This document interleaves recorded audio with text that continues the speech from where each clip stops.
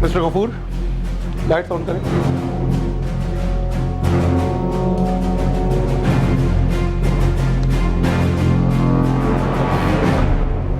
ये मनाज़र आप लोगों के लिए कोई नए नहीं और ना ही हमारी कौम के लिए कोई नई बात है। आप लोग पुलिस से मुंसलिक रहकर हमारे लिए काम करते हैं, लेकिन क्या वजह है? क्या वजह है रुस्तम साहब कि आज तक हमें कोई बड़ी कामयाबी नहीं? मुफ्ती तौर पे पूरी कोशिश करते हैं, लेकिन कोई वाज़ेह सबूत या कोई शख्सियत सामने नहीं आते। अक्सर धमाका करने वाले का सर तो मिल जाता है, लेकिन कोई सबूत नहीं मिल पाता।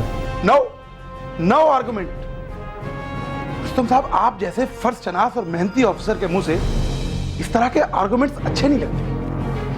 आप लोगों की तमाम तर तवज्जो बम्बार के सर पे मरकूज होती है, लेकिन मैं चाहता हूं कि हमें किसी भी कीमत पर इस मास्टरमाइंड तक रसाई हासिल हो। हम अपनी तौर पे पूरी कोशिश करेंगे। मेरी फोर्स और पुलिस मिलके इस काम को सरअंजाम देगी। आपको जो केस मैंने दिया था? जी सर, केस की स्टडी मैं कर चुका हूँ। इंशाल्लाह बहुत जल्द आपको इसकी रिपोर्ट मिलेगी। Good, very good. Lights off करें। इसे जरा आप गौर से देखिए कि ये आवाज है। मेरा नाम सैफ है। मैं पहली बार कराची आया। स्टेशन पर मुझे किसी शख्स का इंतज़ार करना था, तो मेरी मुलाकात एक शख्स से हुई। इसका नाम कलीम था, कलीम भाई। क्योंकि मुझे कराची देखने का पहले ही बहुत शौक़ था। अपने गांव में मैं बहुत से लोगों से ये सुनता आया था कि कराची कैसा शहर है, वहाँ के लोग कैसे हैं, किस तरह बात करते हैं, कैसे मिलते हैं। फिर कलीम भाई के साथ मिलकर मैं स्टेशन से बाहर आया। स्टेशन से बाहर निकले तो एक टैक्सी तैयार खड़ी हुई थी। मेरा ख्याल है कलीम भाई ने उससे पहले बात कर ली होगी। फिर कलीम भाई ने उससे कुछ कहा और हम जल्दी से टैक्सी के अंदर बैठ गए। टैक्सी वाला बहुत तेज़ी से हमको ले जाकर बहुत ही पसमानदा सा इलाका था, कच्ची आबादी थी, वहाँ जाके उतार दिया। फिर वहाँ से निकलकर हम चलने लगे। पूरे रास्ते कलीम भाई ने मुझसे कोई बात नहीं की और मैं ये देख रहा था कि वो कच्ची आबादी का इलाका बहुत ही गंदा सा था। गंदी गंदी गलियां थी, नाला बह रहा था, अजीब अजीब से घर बने हुए थे। मैं सामान कंधे पे रखे देखता हुआ जा रहा था। मैंने कई बार कोशिश भी की कलीम भाई से बात करूं, लेकिन हिम्मत नहीं हो रही थी। फिर कलीम भाई चलते चलते एक घर के आगे रुक गए और दरवाजे के पास खड़े होकर मुझसे उन्होंने कहा कि चलो अंदर। मैं कमरे के अंदर दाखिल हुआ। एक छोटा सा कमरा था और सामने एक बिस्तर बिछा हुआ था। मैंने पूरे कमरे का जायज़ा लिया। मैं ट्रंक उठाकर बिस्तर के पास बैठ गया। फिर गौर से उनको देखने लगा, कमरे को देखने लगा। कुछ परेशानी भी थी, समझ नहीं आ रहा था तो क्या करूं। थोड़ी देर बाद कलीम भाई ने मुझसे कहा कि तुम्हें यहाँ पर किसी से बात करने की कोई ज़रूरत नहीं है। मैंने वो बात उनकी मान ली और चुपचाप बैठ गया। फिर वो उठकर चले गए और मैं थोड़ी देर के लिए लेट गया। मैं घबरा के उठा और मैंने देखा कि कलीम भाई अंदर दाखिल हुए हैं। सर, ये नदी में या इनको खालिद पुकारते हैं और आप बैठो, मैं आ रहा हूँ। वो लड़का ज़मीन पर बैठ गया और कमरे को बगौर देखने लगा। मैंने भी उसको देखा। काफ़ी देर तक हम दूसरे को देखते रहे। फिर थोड़ी देर बाद उस लड़के ने यानी खालिद ने मुझसे बातचीत शुरू कर दी। हम थोड़ी देर तक एक दूसरे से बातें करते रहे। उसने अपने बारे में मुझे बताना शुरू किया कि कहाँ का रहने वाला है। अचानक दरवाजे पे दस्तक हुई और कलीम भाई अंदर दाखिल हुए और उनके हाथ में एक ट्रंक था। उन्होंने लाकर हमारे सामने रख दिया और बताया कि थोड़ी ही देर में हमको रिमोट कंट्रोल बम तैयार करना है। हमने एक दूसरे को देखा और सोचा तैयारी शुरू की जाए। फिर हमने तैयारी शुरू की।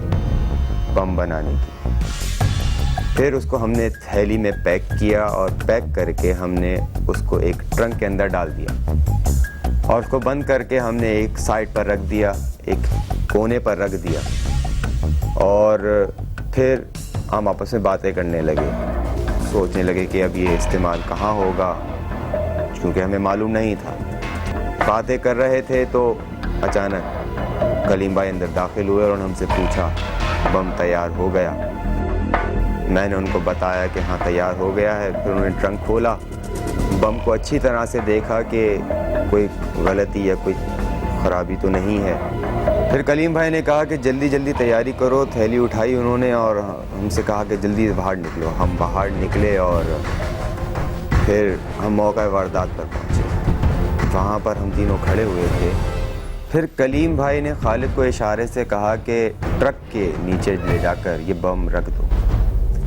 खालिद चला गया। फिर मैं ये सोचने लगा कि मुझसे क्यों नहीं कहा, ये काम मैं भी कर सकता था। लेकिन मुझे अंदाज़ा हुआ कि खालिद का पहनावा ऐसा था कि उस पर कोई शक नहीं कर सकता था और वो गया, उसने बहुत आसानी से ले जाके वहाँ रख दिया और कपड़े झाड़ता हुआ हमारी तरफ आ गया। फिर हम वहाँ से निकल गए। फिर हम वापस घर आ गए और फिर कलीम भाई ने हमसे ये कहा कि फ़ौरन जल्दी से तैयारी करो और सामान को पैक करके यहाँ से निकलो, हमें दूसरी जगह जाना है। हमने जल्दी जल्दी सामान पैक किया और वहाँ से चल दिया।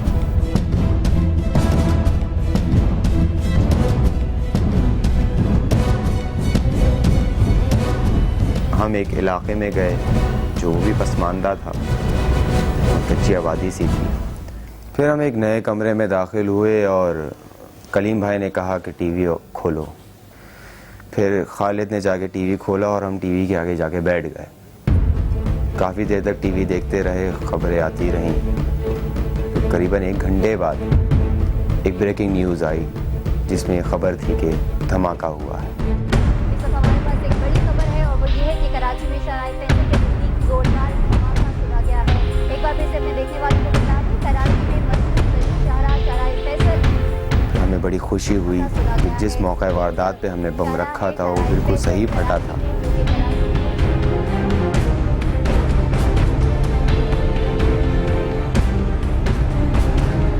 फिर मैं और खालिद बैठकर बातें करने लगे।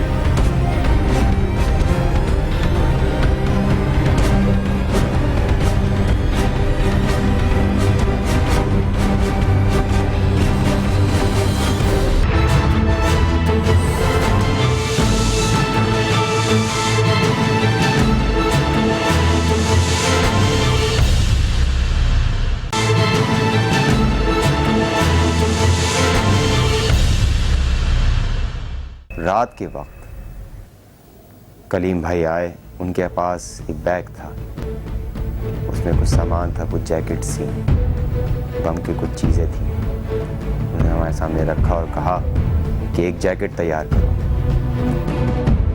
फिर उसके बाद मैंने बैग खोला, उसमें से जैकेट्स वगैरह निकाली, बम का कुछ सामान निकाला। फिर मेरी अचानक नज़र पड़ी कि दरवाज़ा खोला और खिड़कियाँ भी खुली। मैंने फ़ौरन उठा और दरवाज़े को बंद किया, खिड़की को बंद किया और फिर आके बैग को उठा के रखा। थोड़ी देर में हमने एक जैकेट तैयार कर लिया और जैकेट तैयार करके रख दिया। फिर हम बातें करने लगे। ये बातें कर ही रहे थे कि अचानक दरवाजे में दस्तक हुई। खालिद ने जाके दरवाज़ा खोला तो कलीम भाई थे। वो जल्दी में थे, उन्होंने हमसे कहा कि जल्दी जल्दी सामान समेटो और यहाँ से निकलने की कोशिश। तो बस सामान जो पड़ा हुआ था वो हमने फ़ौरन ट्रंक में डाला और कलीम भाई के साथ बाहर निकल गए।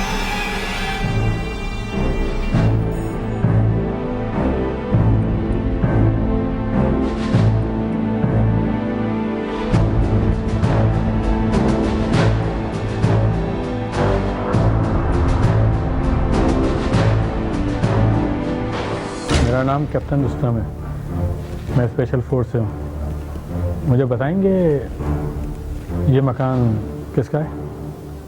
ये तो मेरा ही मकान है। किसके इस्तेमाल में? ये तो 3 दिन पहले ही खाली हुआ है। 3 लड़के यहाँ रहते थे, लेकिन वो तो नमाजी और परहेजगार। तुमने उन्हें मकान किराए पे कैसे दे दिया? ये मुझे तकरीबन 1 माह पहले मस्जिद में मिले थे। मैंने उनसे पूछगछ नहीं की। उन्होंने जगह क्यों छोड़ी है? वो बता रहे थे कि जहाँ वो काम करते हैं वो जगह इनको बहुत दूर पड़ती है। कहाँ गए वो? ये तो उन्होंने भी नहीं बताया और मैंने भी नहीं पूछना है क्योंकि बस वो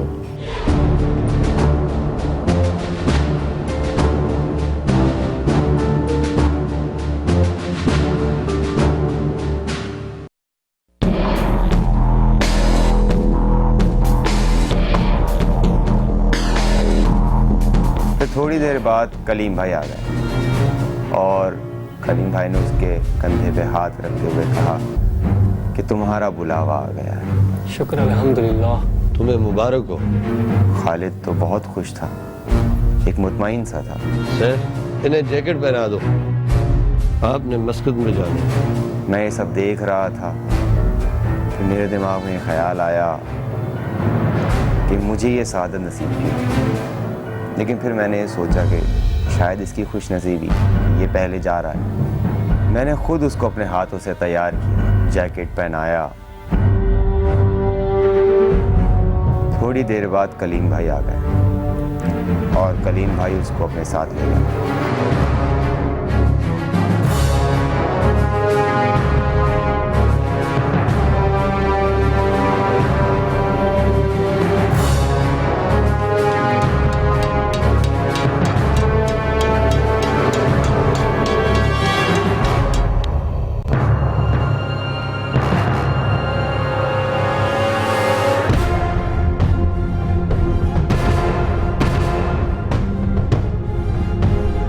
थोड़ी देर बाद एक खबर आई कि धमाका हो गया। बहुत सारी जानें गईं और बेसाख्ता मेरे ज़बान से नारा तकबीर निकला और कलीम भाई ने उसको जवाबन अल्लाह अकबर कहा। अभी टीवी देख ही रहे थे तो कलीम भाई के पास एक फ़ोन आया। उन्होंने फ़ोन बंद करके मुझसे कहा कि फ़ौरन तैयारी करो और यहाँ से निकलने की करो क्योंकि शहर के हालात ख़राब हो गए। खालिद ने धमाका किया था और बेतहाशा जाने चली गई थी, जिसकी वजह से शहर में बहुत ज़्यादा हालात ख़राब हो गए थे। बहुत खौफ व हरास भी फैल गया था। रास्तों में से होते हुए हम काफ़ी दूर तक चलते फिरते जाते रहे। रात का वक्त था। कलीम भाई मुझे एक जगह ले गए जो एक मकान था, उसकी छत खुली हुई थी और से कलीम भाई ने कहा कि अब हमें यहाँ कुछ अरसे के लिए रहना है क्योंकि हालात बहुत ख़राब थे, शक बहुत हो रहा था, हम किसी पे यकीन नहीं कर सकते। वहाँ पर हम रहने लगे। कलीम भाई मेरे साथ नहीं रहते थे, वो शहर में ही कहीं रहते होंगे, मुझे कभी उन्होंने बताया नहीं, लेकिन वो मेरे साथ नहीं रहते थे। वो आके हमें कुछ चीज़ों की ताकीद करते थे और कहकर चले जाया करते थे। मैं उस छत पे उस जगह पर अकेला रहने लगा। काफ़ी देर तक मैं आसमान को तकने लगा, अल्लाह की तरफ नज़रें देकर एक दिल में दुआ करने लगा कि मैं किन उन जुल्मों में शिकार हूं। या तो ये अजाब से मैं निकलूं या फिर जल्द से जल्द मुझे शहादत मिल जाए। मुझसे वो वक्त नहीं गुजारा जा रहा था, बार बार करवटें बदल रहा था, उठ के बैठ जाता था, फिर लेट जाया करता था। नींद जैसे कि गायब हो चुकी थी। थोड़ी देर बाद कलीम भाई आए और उन्होंने मुझे बताया कि खालिद को 50 लाख रुपए उसके घर वालों को भिजवा दिए गए। मुझे ये सुनकर बड़ी खुशी हुई कि वो अपने मकसद में कामयाब भी हुआ और एक मुतमईन भी हुआ कि ये लोग घरों तक पैसे पहुंचा देते। मैं अपने बारे में सोचने लगा, अपने मकसद के बारे में सोचने लगा। मेरा मकसद भी ऐसे ही पूरा हो जाए, अपने घर वालों तक पैसे पहुंच जाएं।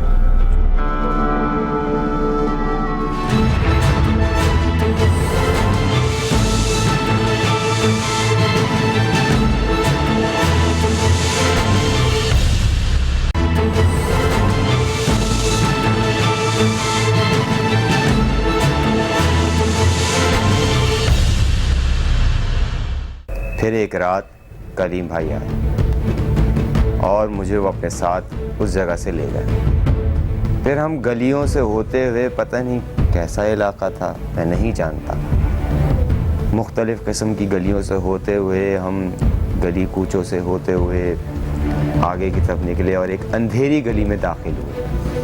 हम एक घर में गए और वहाँ जाके रुक गए।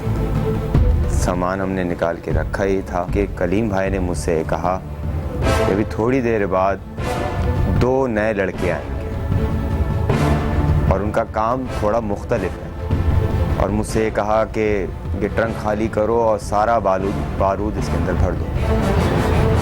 उनके हुक्म के मुताबिक मैंने ट्रंक को पूरे तरीके से तैयार कर लिया था, बारूद वगैरह उसमें भर लिया था और फिर इसको तैयार करके मैं एक जगह लेट गया। सोचने लगा कि आखिर ऐसा क्या मुख्तलिफ काम है कि जिसके लिए 2 नए लड़के आ रहे, ये काम के लिए मुझे क्यों नहीं कहा गया। सोचते सोचते मुझे नींद आ गई और फिर थोड़ी देर बाद दरवाजे की दस्तक हुई। देखा मैंने दरवाज़ा खोल के तो कलीम भाई थे और उनके साथ 2 लड़के थे। वो उनके साथ अंदर दाखिल हुए और बैठ गए। उन्होंने मुझे उनसे मिलवाया। फिर उनके लिए हमने खाना निकाल के रखा, हमने खाना खाना शुरू किया। खाना हम खा ही रहे थे कि अचानक बिजली चली गई। हमने जल्दी जल्दी खाना खाया और कलीम भाई ने हमसे कहा कि ये वक्त अच्छा है, अंधेरे में ही इस ट्रंक को जाके गाड़ी में रख दो। मैं उनके साथ उठा और ट्रंक को ले जाके गाड़ी में रख दिया। फिर वो दोनों लड़के वहाँ चले गए। फिर मैं वापस आया, दरवाज़ा बंद करके बैठ गया। कलीम भाई लेट कर सो गए। मुझे नींद नहीं आई। मैं बार बार यही सोचे जा रहा था कि अब क्या होने वाला है। इस तजस्सुस में था कि वो 2 लड़के नए हैं, वो किस काम के लिए गए हैं, क्या होने वाला है, क्या होगा। मैं बार बार दुआएं कर रहा था कि जल्दी से बिजली आए ताकि मैं टीवी पर देखूं कि हुआ क्या है। इस यसना में बिजली आ गई और फिर कलीम भाई ने मुझसे कहा कि टीवी खोलो, और मैंने टीवी खोला। फ़ौरन हमने ख़बर देखी, एक ब्रेकिंग न्यूज़ आई हुई थी। ब्रेकिंग न्यूज़ से ही फिर मुझे अंदाज़ा हुआ कि वो लड़के किस काम के लिए आए हुए थे। मिशन चूँकि सही कामयाब नहीं हुआ। वो लड़के अंदर दाखिल होना चाहते थे लेकिन सिक्योरिटी ने उनको हर तरफ से रोक लिया था। उन्होंने उतरते ही फायरिंग शुरू कर दी, उनकी तरफ से भी फायरिंग शुरू हो गई। किसी भी तरीके से उस बैरियर को पार करके हमें अंदर दाखिल होना था और धमाका करना था, लेकिन वो सब ना हो सका क्योंकि बहुत मुश्किल हो गई थी। मजबूरन धमाका वहीं करना पड़ा।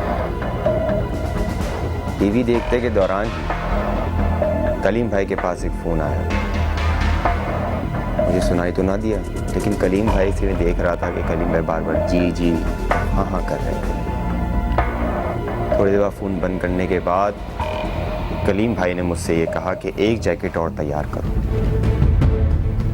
मैं ये सुनकर थोड़ा सा दिल के अंदर मेरे आया कि शायद ये मिशन नाकामयाब होने के बाद अब शायद मेरा नंबर है, अब मेरी बारी है। शायद ये जैकेट मैं अपने लिए तैयार कर रहा हूँ, अब शायद मुझे जाना होगा। कलीम भाई ये कहकर चले गए।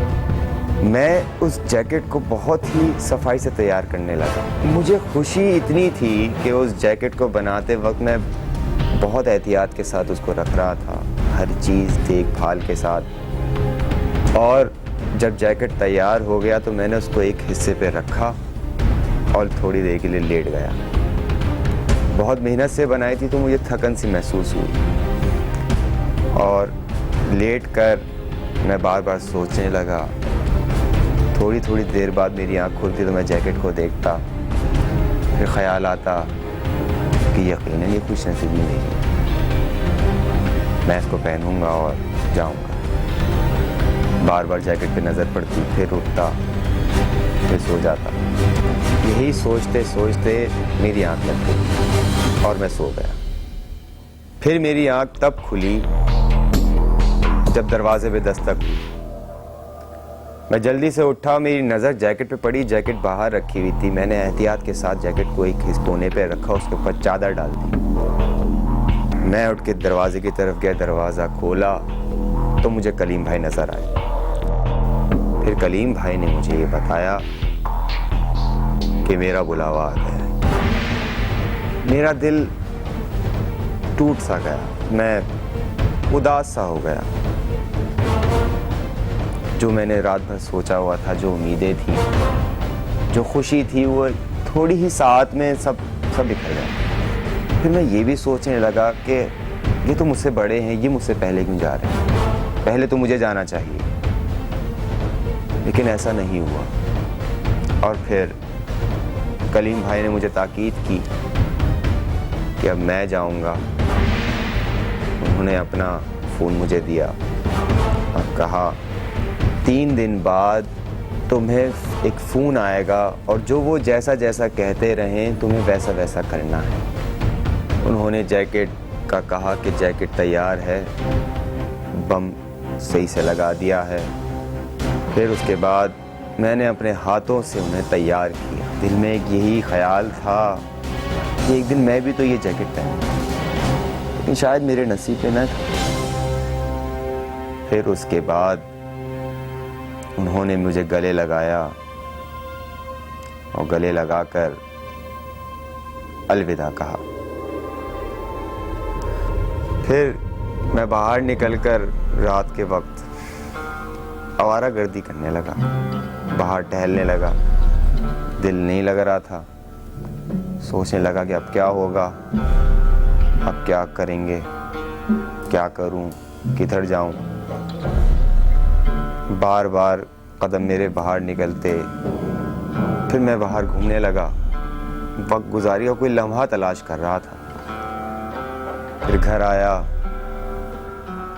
रात को एक फ़ोन आया और मुझे एहसास नहीं था कि मेरे पास एक फ़ोन भी है।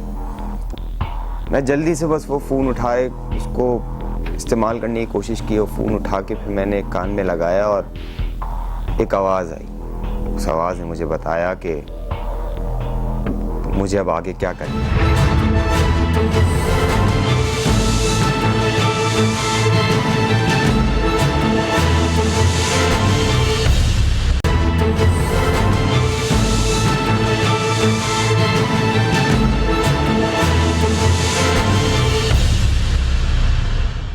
उस आवाज़ ने मुझे बताया कि मुझे अब आगे क्या करना है।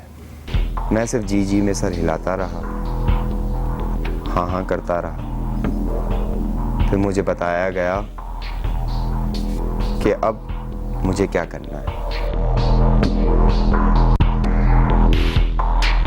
मुझे फ़ोन आया तो मुझे हिदायत की गई कि फ़ौरन वो जगह छोड़ दी जाए। मगर 2 घंटे बाद मैंने जल्दी जल्दी सामान पैक किया, कपड़े सारे के सारे एक ट्रंक में डाले। मैं जल्दी तैयार हो गया, लेकिन वक्त नहीं गुजरा था। वक्त गुजारी के लिए मैं नीचे आ गया और टहलने लगा। बहुत देर तक इंतज़ार करता रहा कि ये 2 घंटे कब गुजरेंगे और मुझे फ़ोन आएगा, लेकिन फ़ोन नहीं आ रहा था। वक्त गुजर ही नहीं पा रहा था। जैसे तैसे करके मैं ऊपर फिर पहुंचा और फिर मुझे फ़ोन आया और मुझे हिदायत दी गई कि यहाँ से निकलकर मैं एक जगह जाऊँ। मुझे जगह बताई गई और मैं निकलकर उस जगह पहुँचा। मतलूबा जगह पहुँचकर और एक दरवाजे पे दस्तक दी। दरवाज़ा खुला और एक अंधेरा था, चूँकि बिजली गई हुई थी। चेहरा मैं पहचान नहीं सका। उस लड़के ने मुझे अंदर बुलाया और मैं अंदर चला गया। 2 लड़के थे और उनके हाथ में मोबाइल था और मोबाइल फ़ोन से उनकी रोशनी से मैं ऊपर गया। हम बैठे ही थे कि बिजली आ गई। फिर उन लड़कों ने अपना तारुफ कराया और मुझसे एक ने कहा कि मैं निसार हूँ। दूसरे लड़के ने अपना नाम सरफराज बताया। फिर उन्होंने मुझे ये बताया कि हम आपके मातहत हैं, हम आपके मातहत काम करेंगे। एक दिली खुशी सी हुई कि पहले मैं किसी के मातहत काम करता था और अब मेरे कोई मातहत काम करेगा। मैंने उनको ताकीद करना शुरू कर दी। थोड़ी बातें हुई, उन्होंने अपने बारे में भी बताया। सरफराज बलूचिस्तान के किसी गांव से था और निसार इसी शहर का कहीं का था। दोनों का किसी पार्टी से ताल्लुक़ था। उनको किसी ज़राए से गिरफ्तार करा लिया गया था और जो जो उन्होंने मुझे बताया मैं सुनता रहा। यहाँ तक कि सरफराज ने मुझे एक रुमाल भी दिया तोहफे के तौर पे कि आप ये पहने। वो दोनों मेरी बहुत इज्जत करते थे। फिर वो बातें मतलब वो लड़के मुझे इस बात का यकीन दिलाने लगे कि हम आपकी हर इज्जत करेंगे, आप जो कहेंगे हम वैसा करेंगे, हम आपके बड़े वफादार बन के रहेंगे, हम आपके लिए कुर्बानी पेश करेंगे। मुझे बहुत खुशी हुई सुनकर। मैं बातें सुनने के बाद थोड़ी देर के लिए बाहर निकल गया। बाहर खड़ा था कि मुझे दोबारा से एक फ़ोन आया और उस पर मुझे हिदायत दी गई कि 2 जैकेटें तैयार करनी हैं। हिदायत के मुताबिक एक मुझे रात में तैयार करनी थी और दूसरी जैकेट मुझे दिन में तैयार करनी थी। चूँकि हिदायत थी तो मुझे उस पर अमल करना था। फिर उसके बाद घर में मैंने निसार से कहा कि तुम जाओ और एक बैग लेकर आओ जो तुम्हें दिया जाएगा। निसार बाहर चला गया और थोड़ी देर बाद वो बैग लेकर आया। मैंने बैग खोला और सारा सामान चेक किया कि सब चीज़ें पूरी हैं कि नहीं। कुछ जैकेट्स थी, कुछ बम का सामान था। फिर उनसे मैंने कहा कि तुम कुछ देर आराम कर लो। फिर वो आराम के लिए चले गए। मैं उस रात लेटा उनको देखकर सोचता रहा कि मेरे ये साथी हैं, अब इनको और काम करना है, ये मेरे मातहत हैं। फिर उनको मैंने उठाया और जैकेट तैयार करना शुरू की। चूँकि मुझे हिदायत थी कि जैकेट उनसे तैयार करवानी थी और उनको सिखाना भी था, उनको बताना भी था कि कैसे काम होगा, किस तरह से तैयारी करनी है। मैं बार बार उनको देख भी रहा था, उनको बता भी रहा था कि कौन सा तार कैसे जोड़ेगा। वो भी मुझसे पूछ रहे थे कि कौन सा कैसी चीज़ कहाँ किधर लगेगी, बम कैसे बनेगा, कौन से तार को किस जगह जोड़ना है, कौन से टेपिंग करनी है, किस चीज़ को हटाना है, टाइमिंग कैसे फिक्स करनी है। ये सब मैं उनको बताता भी जा रहा था, उनसे पूछते भी जा रहे थे। एक लम्हे को मैंने अपना सांस लिया, फिर सोचने लगा कि मेरे कितने वफादार लड़के, ये मेरे बाद यकीनन ये मेरे बाद ही होंगे, क्योंकि शायद अब मेरी बारी आने वाली है। उन 2 जैकेट्स के अंदर कोई एक जैकेट तो मुझे ही पहननी होगी, क्योंकि ताकीद के मुताबिक बात यही तय होती थी कि उनको जब मैं सिखा रहा हूँ, उनको जब काम करने का बता रहा हूँ, तो यकीन मेरा नंबर आने वाला था। मैं सोच में गुम था। थोड़ी देर बाद जैकेट तैयार हो गई, फिर हम सो गए और एजेंसी के लोग दाखिल हो गए। आते के साथ ही उन्होंने निसार और सरफराज को गोली मारी। मैंने मौके को गनीमत जानते हुए जल्द से जल्द जैकेट की तरफ लपका ताकि उसको किसी तरीके से दबा दूं और हट जाऊं। गिरफ्तारी के बाद मुझे ये एहसास होने लगा कि मैंने जो कुछ भी किया गलत किया।